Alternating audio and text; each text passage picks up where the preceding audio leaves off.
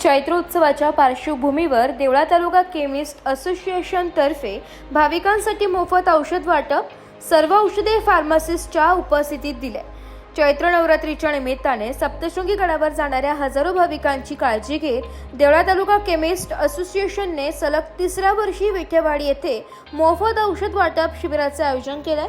या उपक्रमात ताप, डोकेदुखी, जुलाब, चक्कर आणि अशक्तपणा यासारख्या तातडीच्या वैद्यकीय गरजांसाठी आवश्यक असणाऱ्या औषधांचा समावेश होता। यात्रेदरम्यान भाविकांची तब्येत ठीक राहावी या हेतूने हा उपक्रम दरवर्षी राबवला जातो। कार्यक्रमास नाशिक जिल्हा केमिस्ट अँड ड्रगिस्ट असोसिएशनचे उपाध्यक्ष गणेश निकम यांची प्रमुख उपस्थिती होती। तसेच देवळा शहर अध्यक्ष हितेश आहे, तुषार काकुळते, तुषार निकम, मनोज पाटील, तुषार देवरे, ईश्वर निकम, कमलेश निकम, राजेंद्र शिरोडे, अरुण निकम, सतीश निकम, अभिजित निकम आणि मुन्ना निकम यांनी देखील उपक्रमात सहभाग घेतला।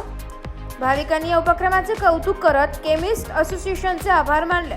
धार्मिक श्रद्धेसोबतच सामाजिक बांधिलकी जपणारा हा स्तुत्य उपक्रम भविष्यातही असेच चालू राहावा अशी अपेक्षा व्यक्त होत आहे। ब्युरो रिपोर्ट, नाशिक लोकशाही न्यूज, नाशिक।